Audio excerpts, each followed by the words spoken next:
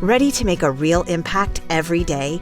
Join the Active Day Home Care team and help clients maintain their independence in the comfort of their own homes. Make a difference in someone's life as you provide essential daily assistance and protect their health and happiness. Earn up to $20 an hour and enjoy additional perks like optional daily pay, 401k, paid time off, ongoing educational training, and more. Join a team that values care, compassion, and your professional growth. Visit activeday.com to apply.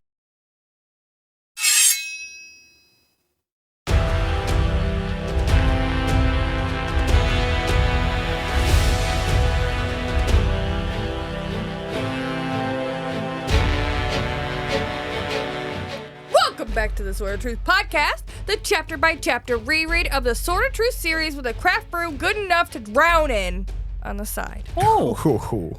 I'm Jade, and I'm here with Nate and Aaron, and today we're breathing life back into chapter 33 of Soul of the Fire. I gotta say, I am intrigued by a beer so good you drown in it. Yeah. I want to sip. Yeah. This is all positives. I mean, this thing seems like it's all positives. This is going to be such a fun and happy episode. Seriously. So excited. Yeah. Strap in, guys. It's going to be great. Should we just do the beer break now, but change it to liquor instead? No, it'll be fine. We have already been drinking, but that's just going to help a little bit. No worries. That's called prep, because we're professionals. Mm-hmm. And I think that's called the moment of truth. I think it is.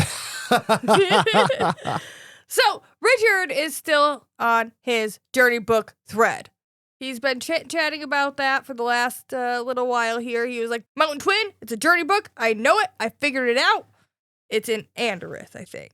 And Kaylin's like, probably. It could be there, but also maybe not. But it also could not be. Did you consider that, Richard? Yeah. Can I be real honest? Kaylin's just being every single thing Richard's throwing out, she's just shooting down. Hey, I think it's the chimes. Nope, it's not the chimes. Okay, it's the chimes. Well, it doesn't matter. We got to go to Aidendrill. Yeah. I don't know. I think we should go to Anderith. Nope. We're going here. Unfortunately, I kind of think that's not going to stop. Yeah. He's just there to help him make sure that he knows what he's talking about, you know? Yeah, it's good to be grounded, but sometimes if you're grounded too much, you don't go anywhere. If you're still standing after I poke all these holes, then you must have something good, right? True. She says that sometimes people aren't appreciated in their time. So when they are, it's usually for the cause of somebody in power after they've passed away. Then those things that actually are true about that person could be destroyed because they don't want to cause problems. Like, somebody in power says, hey, look, this guy supported what I say, too. Aren't we both great? He's great. I'm great.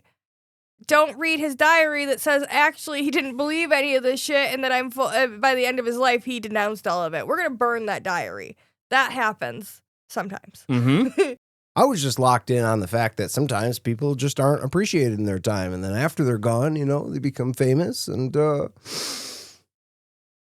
might be this podcast or whatever, A couple 100 years would be like, I don't know what they were taking back in those days, but these guys got it. You know, I like that. The only reason that this is not our full-time jobs is because just not enough people have heard of us yet. That's right. And maybe that's just going to take a little time. I thought you were going more towards just you, so I appreciate being included in your... It did feel a little it's singular. all of us. I was hoping for more of a 5-10 year timeline, but it could be a couple hundred. We'll have to wait and see. Yeah, whatever. We'll be around somewhere. The other one, also, Anderith was just recently changed as, the name of the town. Right? It used to be called something else. So he may have become revered recently because nothing remained of him that people object to. Except maybe one good writing of him doing something good, but all the other details are lost. Or maybe they just his name was cool. Yeah. And he definitely was one of the main, original founders. So we're just going to take it. Yeah. Yeah. Well, it's kind of the opposite of what Richard's going through right now. He's Lord Rawl. That has a very negative connotation, but he's trying to scrub Dahara of all the shit that was bad about Darkin and be like, no, I'm Lord Rawl now. And we're good. Hey, guys, we're going to be good now. Another issue is that if anything did survive beyond, like, because what Richard is doing is very similar. Maybe somebody did wipe everything, but if somebody did stick around, then maybe a journey book was wiped, because people used to wipe them back in those days. We know that Anne and Verna, with their little secret talks, they wiped the shit every fucking night. Yeah. So maybe the most important passage got deleted. Now, is that magic or is that just really thick paper? Because you can only erase so much. I appreciate the very practical question that you just asked about a magical book. I mean, it could be magic. Could be that they just don't make journey books like they used to. It felt kind of like a chore when she had to wipe these messages, and maybe because it took some elbow grease. Like, guys, let's put more than, 3 pages in here so we could just go to the end and then restart. But then it's going to be a pain to restart. Like, the longer you go, the more you got to delete, you know? Oh, you just go down to your local journey book store, you buy a new one, they'll load all your contacts onto it, and then you should be good to go. You're getting it. Or Yeah. select all. Select all, copy, paste. There you go. Richard resolves that this is the only good lead that they have. You know what? It's solved. We've decided. We're going to Anderith. This is the only good opportunity that we have. We don't have any other direction. And Caitlin's like, no, the fuck? It's not the only lead we have. We have the original lead that we had all along. The place we were going. Yeah. We were there. We were on the road, Richard. We were literally leaving. Yeah. But it sounds like Richard has made up his mind now about it. Yeah. This was very confusing for me because I don't understand why he thinks the only copy would be in Anderith. Because she said that there was a book called The Mountain's Twin that was destroyed, but this was at a place that Jagang had ransacked. I thought he was trying to say that maybe there was something that that Joseph Ander was using, and its twin would be, why wouldn't it be in the Wizard's Keep?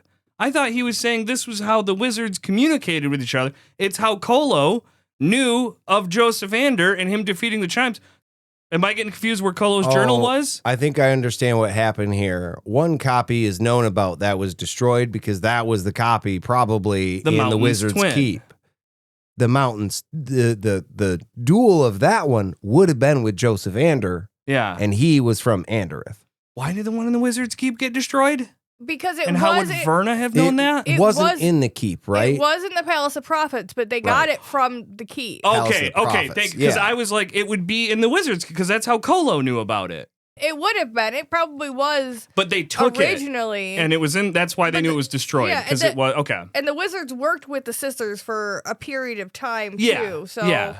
They weren't always enemies. Yeah. Yeah. Okay. Aaron just had a little trouble remembering some logistical issue.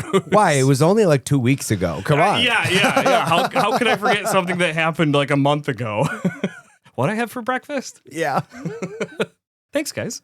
Suddenly, Richard gets a seeker sense and looks around. His seeker sense starts tingling. Yeah. Time yeah. to put the red and blue suit on. Right up his spine. He starts asking about Dew. He's like, where the fuck did Dew go? Where is the Dew?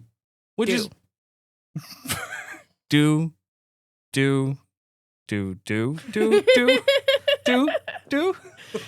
No, and you even. Are we going to make this a musical? I could get some music quick. It is interesting, though, because, Jade, you brought this up. Richard was the last person to make note of where Dew was, or at least what Dew was doing. Yeah. Doing. That's a good idea. Oh my god. Yeah. Callback. And Cara apparently also saw that. She saw her doing pretty much the same thing that Richard did. She walked over, she was crying, then she looked like she was like taking a sit or praying or some shit. So she said, I do too. Okay, I'm done now. I'm sorry. I don't think we're going to be done. No, there's a lot of lead left in that barrel. Early Wizard's prophecy. We ain't done. Richard calls Dew's name, and when there's no answer, the Blade Masters spread out to search. They make sure to... Never mind. I was going to make a joke about watching your shoes so you don't get any doo-doo on them. I don't know what you were going to say instead, but that is great. And also, yes. So... Oh, we're fun and a great part of this. This is just good. looking back, we know what happened with Junie, so this is not an option. Yeah. Yeah. Splashing through standing water, he spots her laying like she might be sleeping. Bingo. Her legs are pasty white beneath her dress. Okay, first of all, we don't need to attack her physical description. She doesn't get to tan much, Richard. Calm down. I'm assuming that it was pointed out because that's not what color her legs normally are. Yeah, probably that. Richard turns her over and she stares with dead eyes. Mm-hmm. They're lingering with lust, just like Junie was when they found him. And Cara was like, I just saw her alive a few minutes ago, too. They're both kind of exclaiming over her body. And Cara's like, hey, her spirit might still be fucking in there. And Richard's like, no, bud. And tries to close her eyes. He's pulling the pennies out of his pocket Yeah. and saying this is done. And Cara's like, breath of life?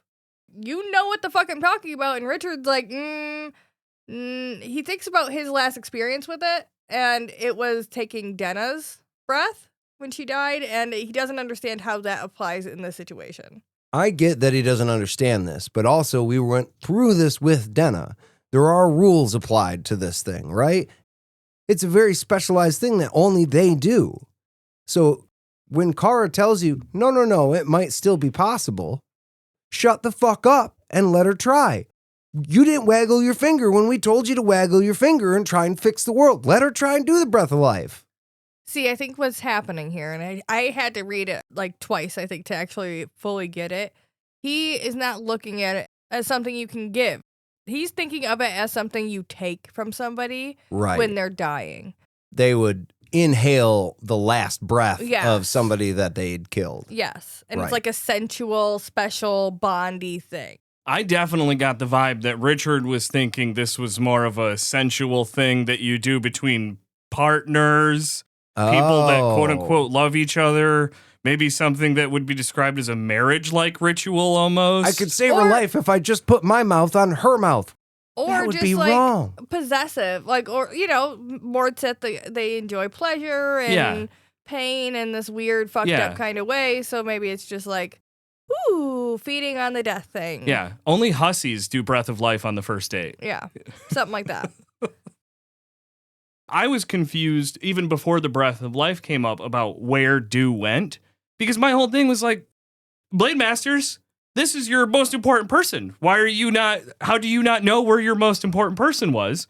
But Richard even made a note that like when she started crying, they all started like, oh, look at the sky. There's grass here. Look at this. Because they didn't want to see their most powerful spirit woman grieving and looking weak while she went off to do this. So, like, it was a perfect scenario where, 60 seconds go by and it's like, where the fuck did Dew go? Yeah, kind of like, no, let's not watch. Just leave her with her feelings for a little while.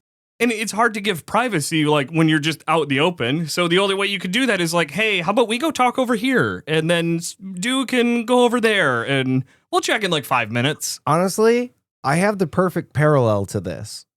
This is like when people with disabilities, like things like wheelchairs, right? A lot of times they want to be independent and be able to do for themselves. And sometimes you see them out in public and struggling. And people will avert their eyes because it looks difficult. But it's like, you don't have to do that. You shouldn't maybe have left Dew alone. Don't necessarily not ask the person in the wheelchair if they do need a hand, if they look like they're struggling. But it's that same kind of, ooh, that's an uncomfortable situation for me to fuck with. Maybe I'll just not do anything. Not do anything. And then usually, I mean, bad shit can happen. Not always, but it can. Well, but it could, and sometimes it do. Maybe, especially after we've just been told, like, hey, specifically, you could die by the standing water at your feet. Like, literally a few chapters ago, I'm pretty sure those words were exactly uttered by Richard, that the chimes could be in the water at your feet. Mm-hmm. And here we are. Don't make a single ember, because that could be the fire chime. Yeah. Yeah. And so maybe somebody should have just been like, head count. every couple seconds. Oh, yeah, 100%. Yeah, they should be full buddy system. Yeah. Yeah. We did talk about how little water it actually would take for you to drown. It's like 2 cups or something like that. So literally any puddle on the ground could be enough to murder a person with. That being said, anytime it rains from here on out until the chimes are like, you got to be on fucking guard because now there's water everywhere. Yeah. Well, here's the only thing. Cara, you weren't really doing anything. Your deal doesn't work. There's a whole bunch of guards here. You have been chomping at the bit to go have a little chit chat with this lady. I know she was crying, but you should have just like taken up your shot, gone like, I'm gonna stand next to you, and then maybe I'm gonna talk to you and bug you while you're crying. That would have been perfect. But you let her go, and now we're gonna go have a beer, raise it in her honor, not yours, and in Dew's honor. That's what we're gonna go do. I mean, come on, guys. Full circle. That was wonderful. We'll be back right after this. Aaron, my friend, why don't you tell us what we are drinking today? Today, we went all the way into the back of the fridge and we pulled out some Pabst Blue Ribbon PBR. beer. It is the original Pabst Blue Ribbon beer. Nature's choicest products provide its prized flavor. Only the finest of hops and grains are used. Selected as America's best in 1893. And goddamn it, they're going to make sure we know that. And they kept the reward ever since. We're not sure if they ever won a blue ribbon after that, but they won it the one time. I feel like they would list it if they did.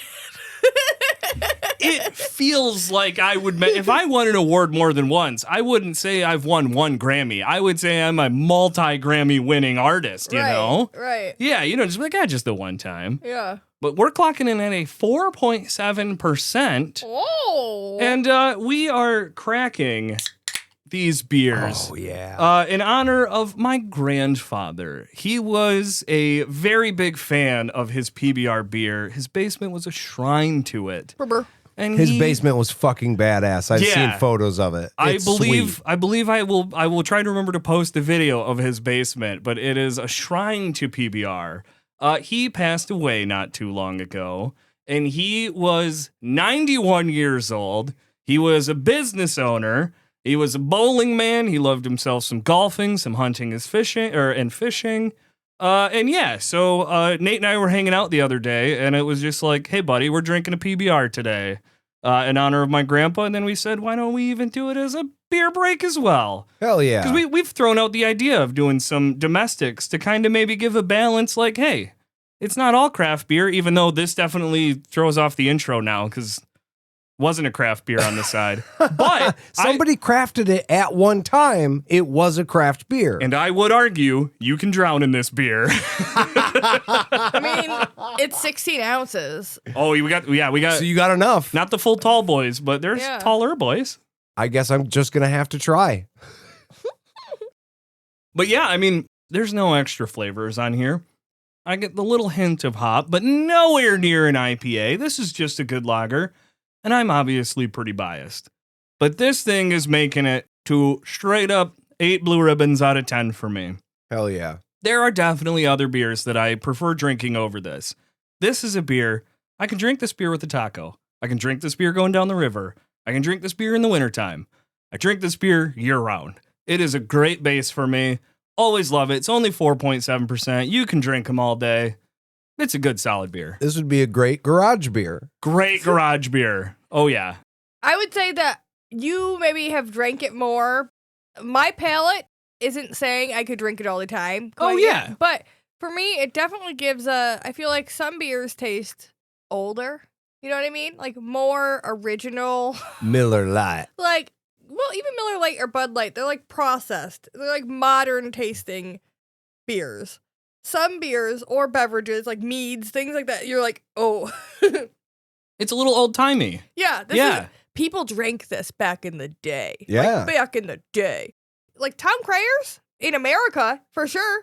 We're probably drinking this. Oh, yeah. Yeah, they probably were. That's Yeah. crazy. 1844. Established in Milwaukee in 1844. I think Town Criers might have been around in 1844. Oh, you know what? We'll talk a little bit about some town criers, I have a little side quest ready for us on that one. So if you want to hear about that, just come over to our Patreon.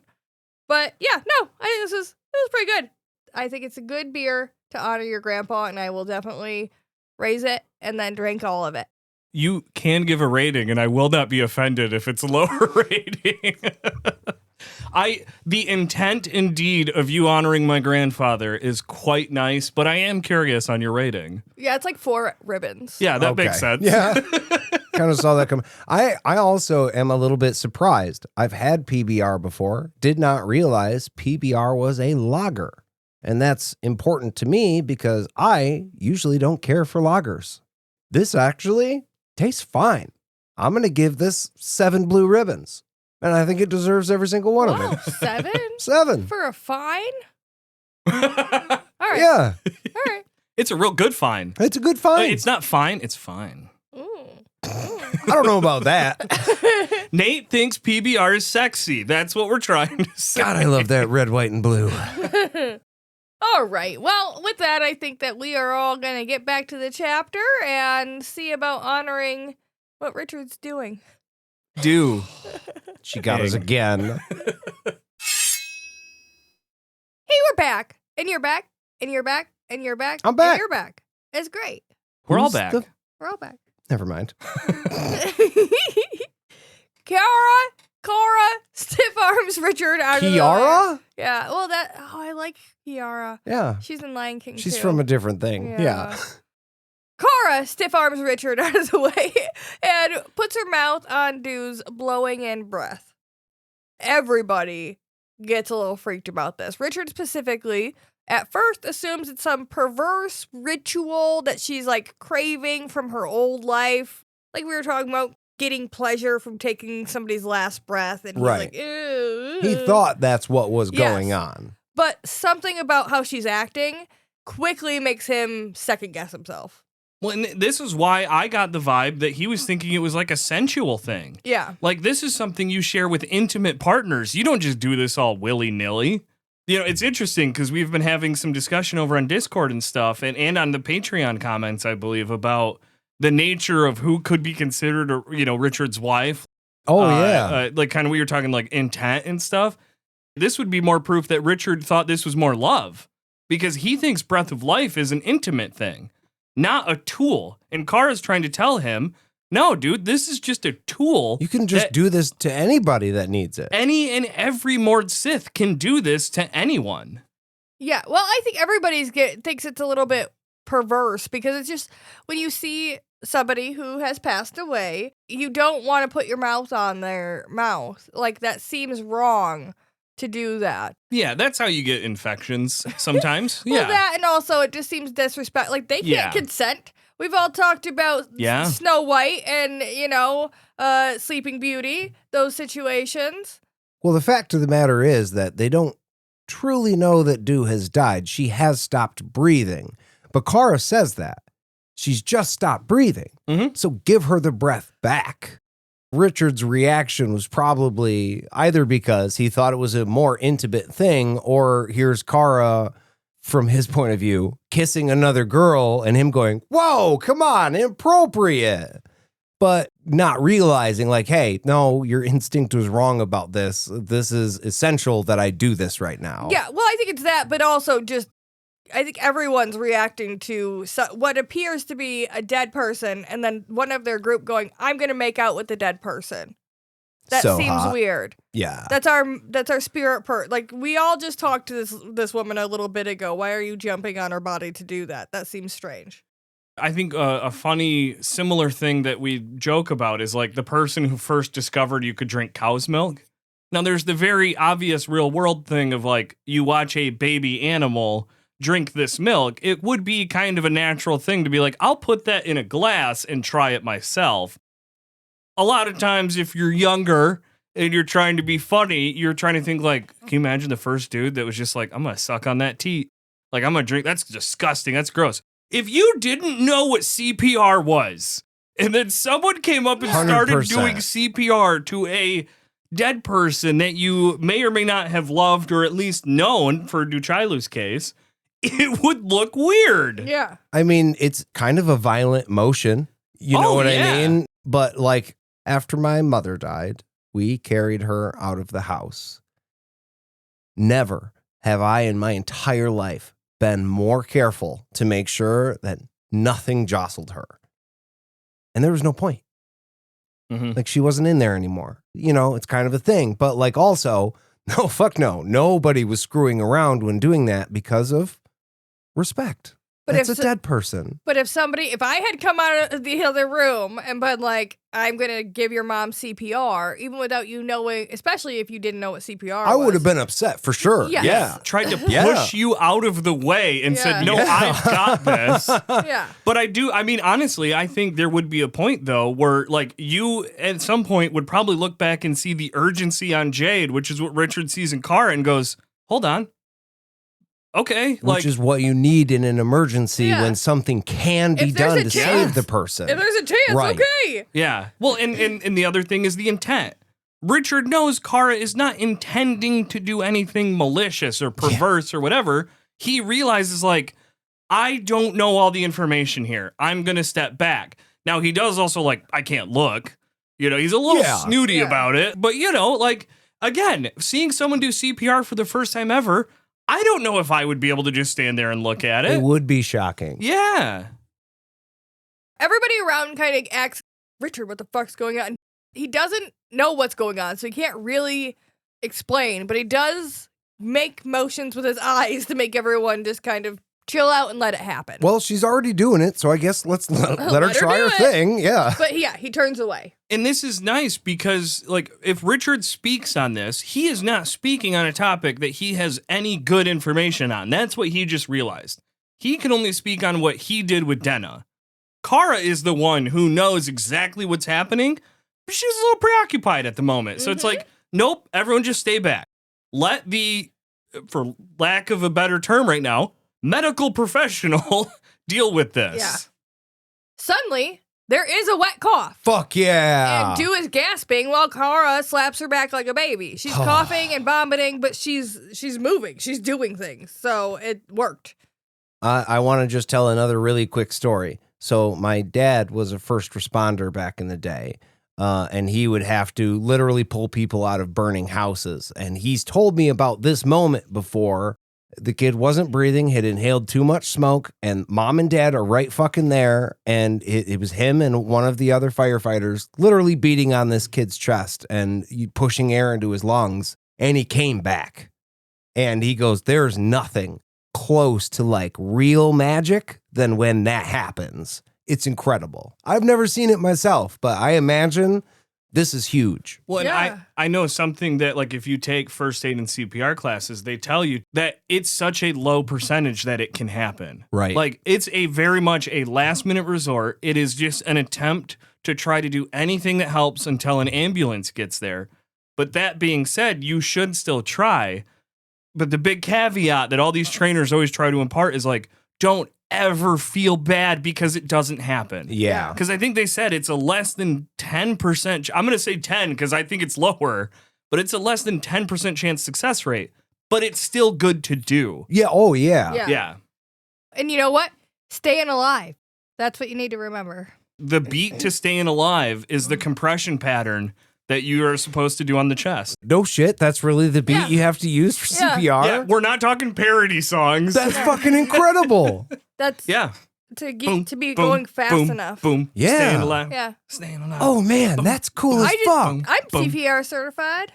I've had to do it a few times, yeah. I took the class in Not CPR, school, but I've got certified a few times. what are you doing on the weekends? I've Eric? practiced a few times on but that, like, even when they give you the dummies and stuff, like, they tell you, like, press hard. Yeah. You have to press hard. Did you guys have the electric one or just the teacher looking at the bag filling up?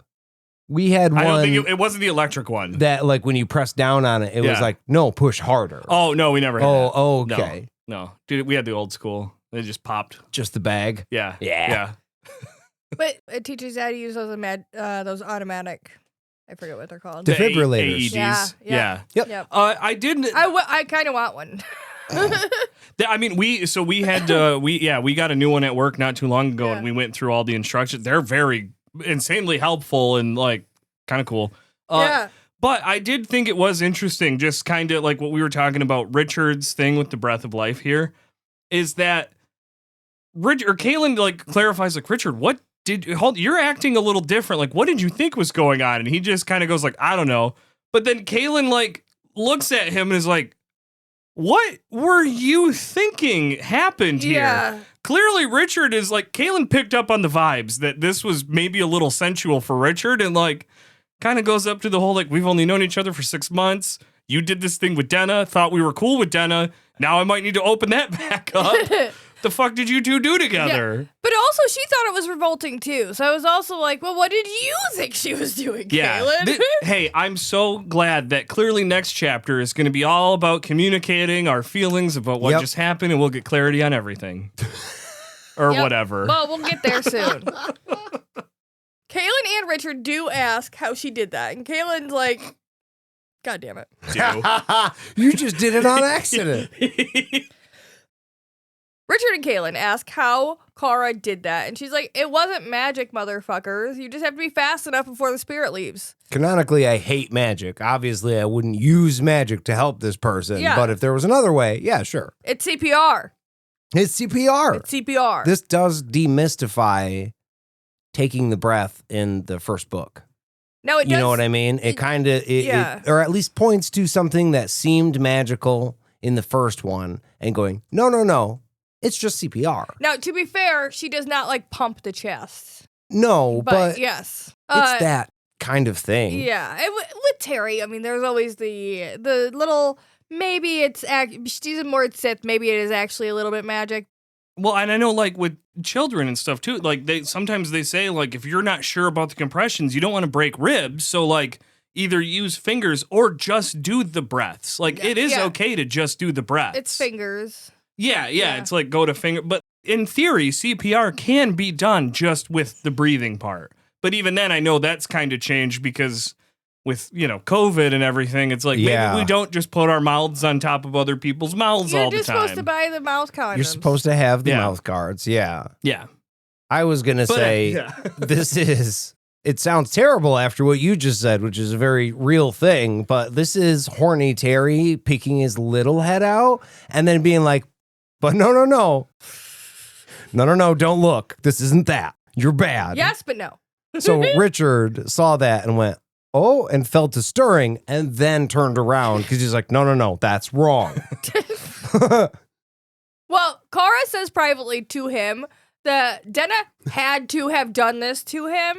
Like, you do fucking know. You should fucking know. You just weren't paying attention. Oh, to be fair, I was being tortured and pretty blacked out at the time. Yeah. And I split my brain in half. That was a whole other thing. Well, by your own logic, Cara, I was dead for some of this. So, no, I don't remember.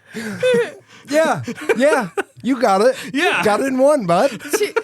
She's like, it was probably blood instead of water. To your point. Yeah. And he's like, oh, yeah, I do remember that. Oh, yeah. But Richard's still surprised that she could do this after somebody's been dead for that long. And he's proud of her. But she's just like, all Mord Sith can do it. You could do it. It's not fucking special. It's just the opposite of taking the breath. You just put it the other direction, dummy. Well, and I do think this is kind of where that's the explanation is like Denna knew she was dying and somehow knew a last breath was coming. So she did kind of more of a ritualistic, like, you take my quote unquote breath of life and I can, and then Richard took it in and I can see where that's like. She had been stabbed. Right. So. But it's like, you never know for sure. I don't think you know when the last one goes. Like, she somehow knew that was coming. But this is just CPR, and they call it the breath of life. Right. Denna used breath of life as like a reference term, and then Richard was like, oh, this is a very intimate thing. Not something because that's done of what to he everyone. was going through when that was being talked about. Yeah. And let's be honest, Denna wasn't that great of a Mord Sith if we're going to go by traditional Mord Sith guidelines, because you're not supposed to fucking fall in love with the person you're torturing. Richard is special. He's the pebble in the pond. He is a unique individual. And everyone says she was the best, so you can't throw dirt on Denna's name. Actually, I don't care that much. I'm just saying Richard could change her. He did. This is a little aside, but I do want to point out, just because we're talking about it right now, several resources offer free community CPR lessons, both online and in person. Organizations like American Red Cross, American Heart Association, and the National CPR Foundation provide online and in-person options for free. I like the national.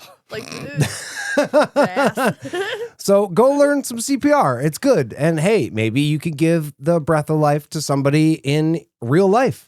Oh, wow. That was good. That was really good. How to save a life. Oh, God. Or whatever. That was really good. That was really good. Did I do it? Did I do it right? You did a thing. Fuck yeah. You did. I would never have thought to do that. And you did great. You did great. Okay. So, she's all up in Richard's lap, clutching him, and he's comforting her. And she's thanking him for saving her fucking life. And he's like, no, wasn't me. It was Cara. Wasn't me when I saved you on the floor. It wasn't me when you spit up your fucking water. This is the opposite of the Shaggy song. It wasn't me. I didn't fucking save you. It wasn't me. When I your didn't pull baby you from the didn't boundary. It wasn't me. Yeah. That's fucking great. Yeah. So thanks, Cara, for saving her life and the life of Richard's baby. And that hot new track. Richard has enough tact to not bring up paternity at this time because, she was caught on the counter. Because it actually wasn't him. On the couch. Wasn't him. Wasn't him. Canonically, it wasn't him. It wasn't him. Also, I just want to say, honestly, Richard, at this point, just fucking let her have this. We all know it's not your baby, paternally. We all fucking know. But the baby daddy is a rapist, and he wasn't nice, and they're not friends. And so just let her pretend that's not who it is in her mind and for her kid, so the kid doesn't have to grow up feeling all shitty. And then maybe eventually she can tell him it's not the truth. But, just let her have it for now. To me, you already convinced her to carry the baby to term and to do the parenting thing, and right? You're the only reason she's carrying the baby. Correct. And that was not a choice she would have made on her own. So while you may not be totally responsible for that child, please try to give her and that child some dignity.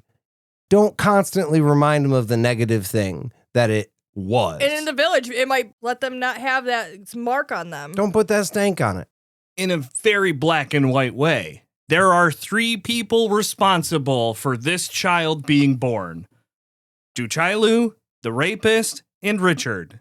Because without those combination of those 3 people, child's not alive. Right. That child's not getting born.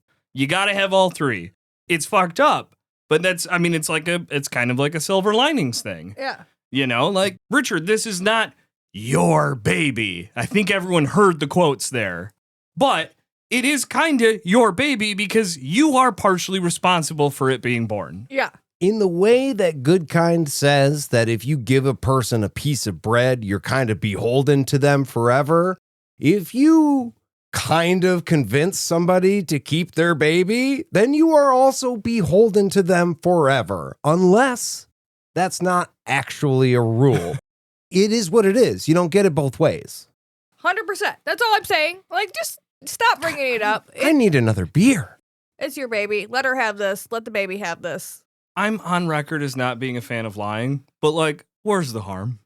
Also, where's the harm in this? At this point, you and Kaylin aren't having a baby right now. It's not like they're fighting for being heir. Yeah, you want to know how you guys can still have a kid without having a kid? Adopt Duchailu's baby. Yeah. Be godparents. Yeah. Do that thing. Yeah. Be the parent. Don't really be a cool step-parent. fucking uncle. Be the parent that stepped up. That's right. Goddamn right. Yeah. Goddamn right. So Cara is thanked again. And she tells Dew she's happy that her spirit hadn't left so that she could stay, and so could Lord Rawl's baby. Cara's close. even on board. Cara's on our side. Yeah. Kinda. She said totally honestly without any stank whatsoever. Or whatever. Honestly, the book doesn't say that she had any stank. I No. think she was sincere there. I know Cara, like, she's definitely not been a fan of Duchailu canonically And up to this point. kind of, well, I think at this point she thinks it's kind of funny. It's funny like- how it's funny, but then also we were just talking about how, wow, it is kind of Richard's baby. Yeah. So maybe Yeah. she's putting that kind of an edge on Yeah. it. Well, that, and it's, I could see this is like that Mord Sith teasing of like, hey, Lord Rawl, I just saved your kid. Yeah. I think Your that, kid. I think You that kind might of be where it fucking- is. Yeah. Yeah. Oh, me? Yeah. I yeah. just saved your baby, motherfucker. You're indebted to me, Lord Rawl. But And I I'm going to also- call that in. I also did kind of see it as a kindness to do. Like, you believe this is Lord Rawl's baby, so I'm glad you didn't die. Like, I'm agreeing with you right now because that's going to make you feel better to call Yeah. it Lord Rawl's baby and say, I'm glad it's alive. Well, then at the end of the day, Dew did decide to keep this child, did decide that she wanted to bring this child into life. So Yeah. Cara, having saved her and her baby, affirmed her decision to do that. Said, look, we don't necessarily get along, but I see what your goals are. I'm going to help you get there because it's not a bad goal. We also had a very touching moment in the last book where Richard told Cara that someday she's going to hold his giggling baby. Oh, and be full of like life and love. And so look at my arms. Look at them. You just gave me goosebumps, dude. He's got Holy the tingles. shit. Oh. So maybe there's something of that, like Cara in this moment that she's bringing someone back to life after Reyna passed, and after that moment, she's finally having that, like, yeah, maybe I will hold your baby in whatever way that baby is here and share the love. Metaphors. Oh, That's pretty nice. that's so good. So that's today's Wizard Note and Prophecy.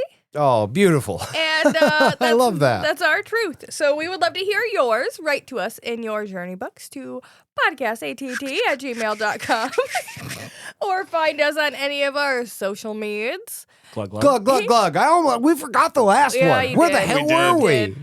If you would like to support this podcast and hear some more wonderful content that we never miss, we never forget anything on any of our other content ever, find us over on patreon.com/podcastatt, where every tier is a happy tier. Thank you all for listening. That's all for us, friends. We'll see you real soon. Hasta lasagna. Bye.